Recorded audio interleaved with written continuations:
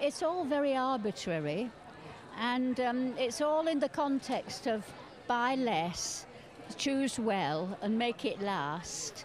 And so it's got sort of touches of historical things in there, because people can find their own historical things, hopefully, or a towel instead of a coat and stuff like that. But some new shapes as well. I mean, I'm wearing this heart dress. I really, really love this, because it doesn't touch the body everywhere, and yet it gives you an importance. I think women should look important. That's what I always try to do.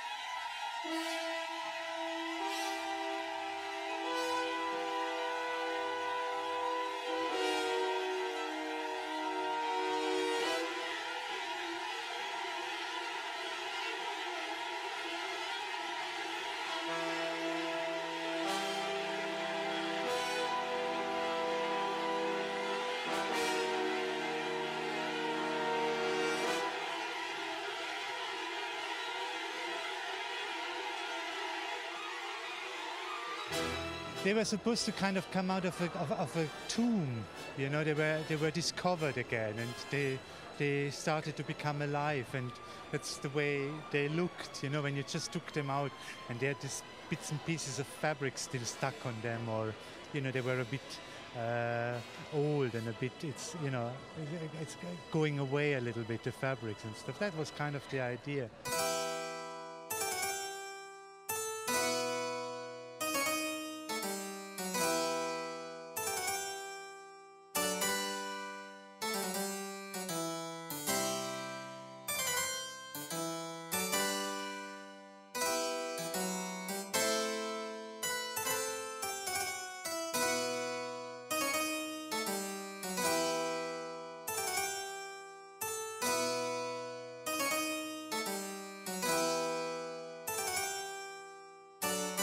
I thought Vivienne Westwood was in really kind of vintage top form for next season, and there were a lot of corsets and crinolines and the kind of shirt-waist dress that she does so well, and sort of medieval things, hints of Tutankhamun, and obviously too her continuing message to save the planet and sort of be aware, don't make the mistakes of the past.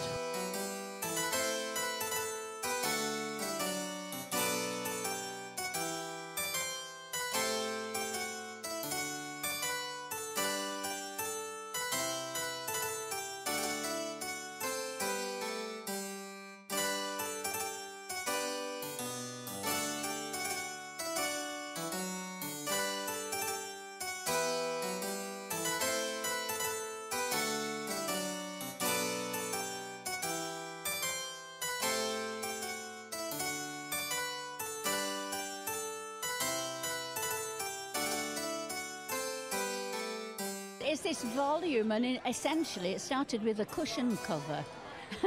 I put some holes in it for the arms, you see.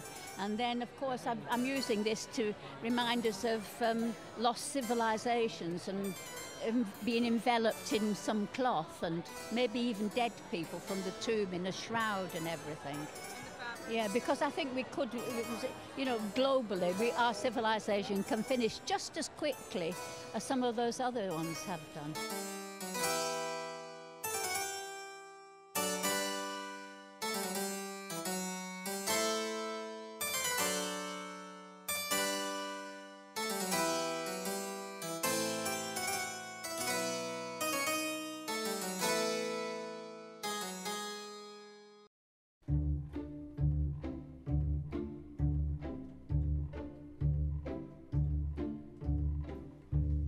I mean, my favorite shape is, of course, the heart. It's this, you know, like it's a cushion in a heart shape, and you just take out the stuffing and you go in it somehow, and that's the way you look. I think it's kind of just a homage to the world, and that I love the world, really, and I should, you know, walking on it. I'm an earthling, I should care about it, you know, that kind of message, really, a little bit. Fashion sometimes is an excuse, you know, to say something, and that's what it said.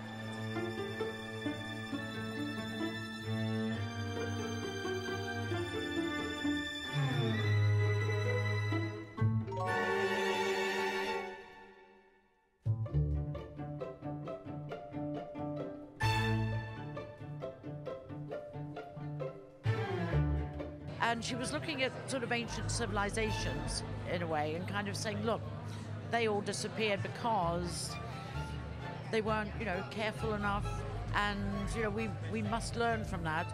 And in fact, a lot of the bags that the models were carrying come from a collective in the slums of Nairobi, made by women, you know, who I think they call them micro-entrepreneurs. You know, they basically live on pretty much nothing. So this was one way, I think, of her, you know, trying to say, look, you know, there is good to be done, and let's all try and do it.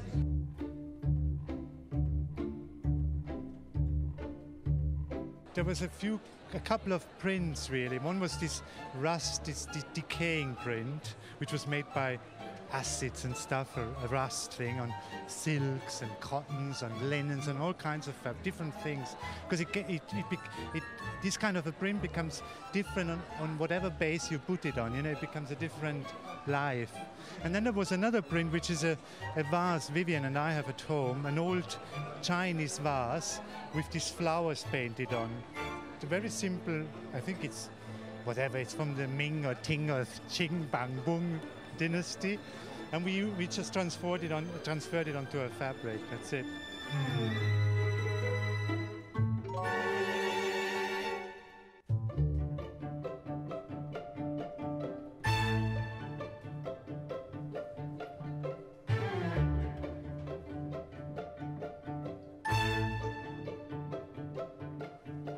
One of the most interesting things I thought about her collection for next spring-summer was that she virtually ignored punk. And she is the high priestess of punk. You know, she virtually invented punk along with Malcolm McLaren. And while, you know, designers such as Christophe Decanin at Balmain, Jean-Paul Gaultier to a certain extent, and even a little hint of it at Balenciaga by Nicolas Ghesquière. From Vivienne, silence.